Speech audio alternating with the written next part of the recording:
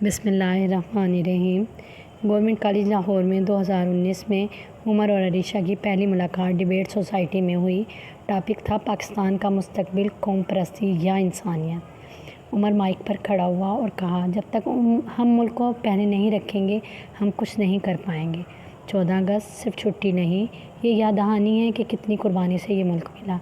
عریشہ نے فوراً ہاتھ کھڑا کیا اور کہا، قربانی ٹھیک، لیکن ملک انسانوں سے بنتا ہے۔ اگر لوگ بھوکے ہوں تو پرچم لہرانے سے پیٹ نہیں بھرے گا۔ حال تالیوں سے گونج اٹھا۔ اس دن کے بعد دونوں ہر ایونٹ میں آمنے سامنے ہوتے، کبھی گرین روم میں چائے پر بحث ہوتی اور کبھی لائبریری کی سیڑھیوں پر۔ آہستہ آہستہ بحث کے بیچ ہنسی آ گئی، ہنسی کے بیچ عادت بن گئی اور عادت کے بیچ دل آ گیا۔ 2021 میں عریشہ نے ایک دن کہا، 14 اگست کو میرے ساتھ مینار پاکستان چلو گے؟ عمر ہنسا اور بولا، میں تو ہر سال وہیں رضاکار ہوتا ہوں، جھنڈے بانٹتا ہوں۔ عریشہ نے کہا، تو اس بار میرے لیے بھی ایک جھنڈا بچا لینا۔ 2023 کے آخر میں ایک بڑی خبر آئی۔ عریشہ کے والد کو ٹورنٹو میں نوکری کی پیشکش ہوئی۔ 3 مہینے میں شفٹ ہونا تھا۔ عریشہ نے عمر کو وائس بھیجی اور کہا، میں نہیں جانا چاہتی، لیکن ابو کہہ رہے ہیں موقع اچھا ہے۔ عمر نے جواب میں صرف لکھا، جہاں بھی رہو یہ ملک تمہارا ہے۔ آخری ہفتہ تھا، یونیورسٹی ختم ہو گئی، دوست بکھر گئے۔ 13 اگست 2023 کی رات لاہور میں نوجوانوں کا تہوار تھا۔ ہر طرف روشنیاں اور میوزک تھا اور ہر طرف سبز اور سفید تھا۔ عریشہ آئی تھی تاکہ آخری بار لاہور کی ہوا لے سکے۔ عمر گیٹ پر رضاکار کی جیکٹ میں کھڑا تھا اور ہاتھ میں جھنڈوں کا بنڈل تھا۔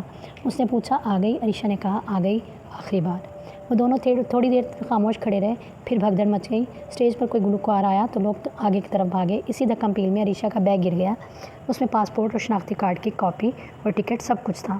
پرواز 15 اگست کی صبح تھی۔ عریشہ روتی ہوئی گھر چلی گئی۔ عمر نے ساری رات پولیس اسٹیشن اور گمشدہ سامان کے کاؤنٹر چھانے، لیکن کچھ نہ ملا۔ 14 اگست کی صبح پرچم کشائی تھی۔ عمر بہت تھکا ہوا تھا اور اس کی آنکھیں لال تھیں۔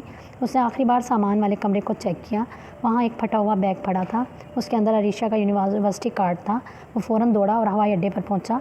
وہاں اعلان ہو رہا تھا کہ ٹورنٹو کی پرواز 6 گھنٹے تاخیر کا شکار ہے۔ گیٹ پر عریشہ بیٹھی تھی، اس کی آنکھوں میں نیند بھی تھی اور آنسو بھی۔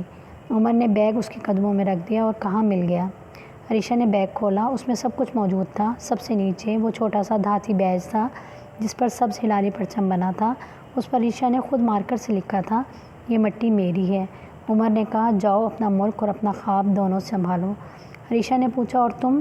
عمر نے کہا، میں یہیں رہوں گا اور ملک مضبوط بناتا رہوں گا۔ وہ گلے نہیں ملے، بس ایک نظر ملی اور ایک وعدہ ہوا۔ پھر سواری کے لیے بلاوا آ گیا۔ کینیڈا میں عریشہ نے پاکستانی طلباء کی تنظیم جوائن کر لی۔ ہر 14 اگست کو وہ کیمپس میں تقریب کرتی تھی۔ اسٹیج پر وہی بیج لگا ہوتا تھا۔ ادھر لاہور میں عمر نے ایک تنظیم بنائی جس کا نام روشنی تھا۔ وہ غریب بچوں کو تعلیم دیتی تھی۔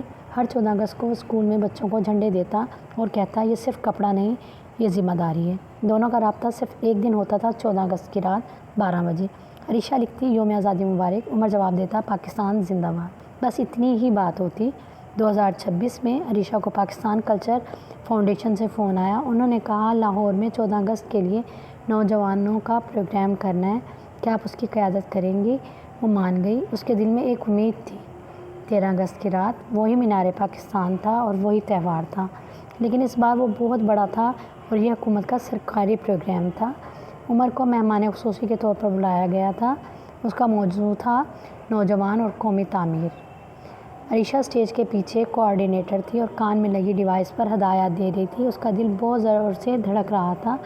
عمر اسٹیج پر آیا اور پہلی لائن یہ بولی، 2 سال پہلے میں نے ایک لڑکی کا بیگ ڈھونڈا تھا، اس میں ایک بیج تھا۔ اس نے مجھے سکھایا کہ وطن سے محبت کا مطلب صرف نعرے نہیں، قربانی ہے۔ عریشہ کا سانس رک گیا۔ عمر نے جیب سے وہی بیج نکالا اور سب کے سامنے کہا، آج میں اسے واپس کرنا چاہتا ہوں کیونکہ یہ اسی کی ہے۔ روشنی عریشہ پر پڑی۔ 5000 لوگوں کے سامنے عریشہ اسٹیج پر آئی اور لرزتے ہاتھوں سے بیج لے لیا۔ جب وہ مائک پر آئی تو اس کی آواز کانپ رہی تھی۔ اس نے کہا، میں 2 سال پہلے یہاں سے ٹوٹے دل کے ساتھ گئی تھی۔ میں نے سوچا تھا شاید اب کبھی واپس نہ آ سکوں، لیکن وطن اور کچھ لوگ وہ واپس لے آتے ہیں۔ اس کے بعد قومی ترانہ شروع ہوا۔ پورا اسٹیڈیم کھڑا ہو گیا اور ہر طرف سبز اور سفید پرچم لہرا رہے تھے۔ ترانہ ختم ہونے کے بعد عمر نے آہستہ سے پوچھا، بحث ابھی ختم نہیں ہوئی، ملک پہلے یا لوگ پہلے؟ عریشہ ہنسی اور بولو، یہ دونوں۔ ساتھ اگلی صبح 15 اگست تھی۔ وہ دونوں راوی کے کنارے بیٹھے تھے، ان کے ہاتھ میں چائے تھی، پاس میں چھوٹے بچے جھنڈے بیچ رہے تھے۔ عریشہ نے پوچھا تو اب کیا؟ عمر نے کہا اب تنظیم میں تمہاری بھی ضرورت ہے، کینیڈا والا تجربہ یہاں کام آئے گا۔ عریشہ نے کہا میرا ویزا تو پاکستانی ہے۔ دونوں ہنس پڑے۔ دور مینار پاکستان پر ابھی بھی پرچم لہرا رہا تھا، ہوا تیز تھی اور پرچم پھڑ پھڑا رہا تھا، جیسے کہہ رہا ہو دیکھا مشکلات آئیں اور فاصلے بھی آئے، لیکن جڑیں ایک تھیں تو ملاقات بھی ہو گئی۔